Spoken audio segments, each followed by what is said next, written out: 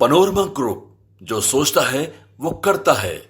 नमस्कार। न्यूज हाट के खास प्रोग्राम सियासत में आप सभी दर्शकों का बहुत बहुत स्वागत है। मैं हूं करिश्मा और हमारे साथ मौजूद हैं न्यूज हाट के senior journalist Chandan Jha. Sir नमस्कार। नमस्कार करिश्मा। सर, पशुपति कुमार पारस का दिल पिघल रहा है चिराग पासवान को लेकर। क्यों आखिर उनका दिल पिघलने लगा अचानक? चिराग और पशुपति पारस मतलब चाचा भतीजे को लेके जो लोकसभा चुनाव हुआ था उस समय से लेकर नतीजे आने तक बहुत सारी चर्चाएं हुई, बहुत सारी बातें हुई। पिछले दिन इनके कार्यकारिणी की मीटिंग हुई थी। किसके? पशुपति पारस वाला जो लोजपा गुट है उसका। और इसके उस समय में भी उन्होंने कई सारी बातें कही थी और चुनाव को लड़ने को लेकर, जो उपचुनाव है उसको लेकर। लेकिन पिछले दिन एक अखबार ने कहे, और जो उनका सोशल मीडिया विंग है, डिजिटल मीडिया विंग है, उसने इंटरव्यू लिया दिल्ली में पशुपति पारस का। और उस इंटरव्यू से फिर एक चर्चा शुरू हो गई है कि क्या जो पारस हैं वो अपने भतीजे चिराग से समझौता करना चाहते हैं। उसी इंटरव्यू से ये चर्चा छिड़ गई है। और ऐसा लोग क्यों कह रहे हैं, या फिर जो सत्ता के गलियारे हैं पटना दिल्ली के, उसमें ये इस बात की चर्चा क्यों हो रही है? क्योंकि जिन शब्दों का उन्होंने इस्तेमाल किया है उस इंटरव्यू में, कई सारे सवाल थे जिसमें चिराग को लेकर सवाल थे। उन्होंने बहुत सॉफ्ट शब्दों का इस्तेमाल किया है चिराग को लेकर। और जैसे कि उन्होंने कहा कि खून तो खून ही होता है ना, नहीं बेटा है, भतीजा है, हम उसको गोद में खिलाए हैं। तो जब इस तरह की जब बातें उन्होंने की है, इसी से एक फिर चर्चा शुरू हो गई कि क्या पारस जो हैं चिराग से समझौता कर लेंगे, क्या चिराग उनके करीब आ रहे हैं, क्या पशुपति पारस के जो दिल हैं वो पिघल रहे हैं। तो इस तरह की चर्चा शुरू हो गई है। बात भी सही है, उन्होंने पुरानी बातें की हैं। उसी इंटरव्यू में पारस ने कहा है कि कैसे पार्टी टूटी थी और कैसे चिराग क्यों उनसे खफा हो गए थे। इन सब चीज़ों का उन्होंने जिक्र किया है। और लेकिन एक उस इंटरव्यू का जो जिक्र है करिश्मा, उसमें पारस ने अपने ऊपर कोई जिम्मेदारी नहीं ली है, सारा कुछ डाल दिया है चिराग पर। और कहा है कि चिराग को गलतफहमी हो गई थी। जो अध्यक्ष को लेकर भी उन्होंने कहा कि प्रदेश अध्यक्ष को लेकर उन्होंने कहा उस इंटरव्यू में पारस ने कि जब हम तो लगातार ये थे, मतलब प्रदेश अध्यक्ष थे लोजपा के। और जब मतलब रामविलास पासवान का नाम लेकर कि जब वो गुजर गए, इसके बाद पता नहीं कौन चिराग को उकसाया, कौन कान भर दिया, क्या कह दिया। इसके बाद मतलब पद को लेके उनके कहने का, इंटरव्यू का यही सार है कि पद को लेकर ही मतलब लोजपा में लड़ाई, सियासी लड़ाई शुरू हुई थी। अब देखने वाली बात होगी जिस तरह का शब्दों का इस्तेमाल अपने इंटरव्यू में पिछले दिन पारस ने किया है, उन शब्दों का इस्तेमाल चिराग पर कितना होता है। क्योंकि याद होगा, ठीक चुनाव से पहले की बात है, ये घुटना टेकने के लिए तैयार नहीं हो रहे थे। कौन? पशुपति पारस।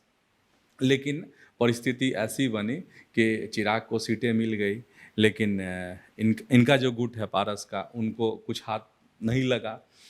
तो अब लोग ये कह रहे हैं, जो राजनीति को समझते हैं, बिहार की राजनीति पर जिनकी नज़रें रहती है, वो कह रहे हैं कि अपना वजूद बचाने के लिए घुटने टेक रहे हैं पारस। अब ये तो पारस ही बताएंगे कि वो अपना वजूद बचाने के लिए ऐसा कर रहे हैं कि वाकई में उनका दिल, मन और मिजाज तीनों बदल रहा है अपने भतीजे चिराग पासवान के लिए। तो उसी इंटरव्यू से फिर यह इस खबर की और दोनों चाचा भतीजों को लेकर चर्चा शुरू हो गई। पनोरमा ग्रुप, जो सोचता है वो करता है। सर, प्रशांत किशोर तेजस्वी यादव पर हमलावर हुए हैं। पैसे देकर लोगों के जोड़ने के सवाल पर उन्होंने तंज कसा है। क्या कह रहे हैं सर प्रशांत किशोर? करारा वार किया है प्रशांत किशोर ने, और 30 वर्षों का उन्होंने जिक्र किया है।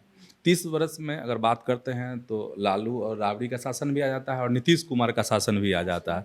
लेकिन नीतीश कुमार कह सकते हैं कि आज निशाने पर नहीं थे प्रशांत किशोर के। जो बयान आए हैं निशाने पे तेजस्वी और लालू प्रसाद ही थे, राजद ही थे। अच्छा, इसमें ये कह रहे हैं कि 30 वर्षों का शासन रहा। ये क्यों कहा है, प्रशांत किशोर ने क्यों घेरा है फिर से? इसलिए घेरा है कि पिछले दिन तेजस्वी यादव ने कहा था, राजद ने कहा था कि जो आरजेडी के कार्यकर्ता हैं उन जुड़ रहे हैं। हाँ, जुड़ रहे हैं, नहीं पैसे देकर जोड़े जा रहे हैं, इस तरह के आरोप लगाए गए थे। तो उसका जवाब दिया है पीके ने और कहा है कि आप लोग 30 वर्ष रहे शासन में, बालू और खनन से आप लोग तो बहुत पैसा लूटे हैं, मॉल बनवा रहे हैं। पहली बात तो उन्होंने इनकार किया कि वो मतलब पैसे देकर किसी को जनसुराज से जोड़ रहे हैं, लेकिन उन्होंने कहा कि ठीक है, अगर हम पैसा दे के जोड़ रहे हैं किसी को अपने साथ, तो आपके पास तो अफरात पैसा है, आप तो 30 साल तक आप लोग शासन में रहे हैं, लूटे हैं बिहार को, तो हमसे ज़्यादा पैसा दे करके अपने कार्यकर्ताओं को रोक लीजिए अपनी पार्टी में। तो इस तरीके से माने तीखा वार है प्रशांत किशोर का। पनोरमा ग्रुप, जो सोचता है वो करता है। सर, राहुल गांधी की नागरिकता को लेकर सवाल उठ रहा है, क्या उनकी नागरिकता खत्म हो जाएगी? हाँ, ये एक बड़ा सवाल है। अच्छा, पिछले दिन क्या हुआ था, पिछले सप्ताह जो सुब्रमण्यम स्वामी हैं, वो राहुल गांधी की नागरिकता को लेकर अब जो है हाई कोर्ट पहुंच गए हैं। पिछले सप्ताह ही उन्होंने अपने सोशल मीडिया पोस्ट में एक पोस्ट किया था, शेयर पोस्ट किया था नहीं, और उसमें उन्होंने सवाल उठाया था और राहुल गांधी के साथ ही उस पोस्ट में सुब्रमण्यम स्वामी ने लिखा था और कहा था कि क्या सोनिया गांधी के इशारे पर जो है मोदी सरकार, बीजेपी कोई कार्रवाई नहीं कर रही है। मतलब कांग्रेस के साथ साथ वो बीजेपी पर भी निशाना साधे थे अपने पोस्ट में।